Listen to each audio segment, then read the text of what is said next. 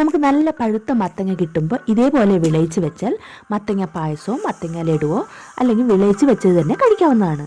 മത്തങ്ങ തൊലിയും കുരുവും ഒക്കെ കളഞ്ഞ് നമുക്ക് ഇതേപോലെ ഇഡ്ഡലി പാത്രത്തിൽ ആവിയിൽ വേവിച്ചെടുക്കാം. മത്തങ്ങ വിളയിച്ചെടുക്കാൻ നമുക്ക് പുഴുക്കലരി വറുത്ത് പൊടിച്ചതിൻ്റെ ആവശ്യം 4 ടേബിൾ സ്പൂൺ പൊടി മതിയാകും.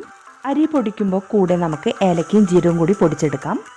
ഞാനിവിടെ കുരുവും തൊലിയൊക്കെ കളഞ്ഞ് 1 കിലോ മത്തങ്ങയാണ്. അതിന് ഞാൻ 400 ഗ്രാം ശർക്കര ഉരുക്കിയതും ഞാനിവിടെ ചെറിയ 2 തേങ്ങയാണ് വെള്ളം പോകാൻ പാത്രം നന്നായി വറുത്തെടുത്തത്.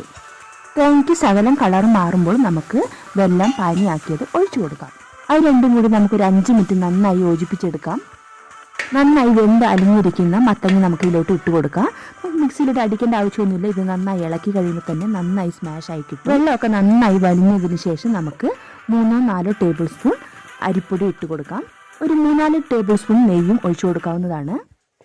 ഈ പരുവാകുമ്പോൾ നമുക്ക് വാങ്ങിയാൽ മതി.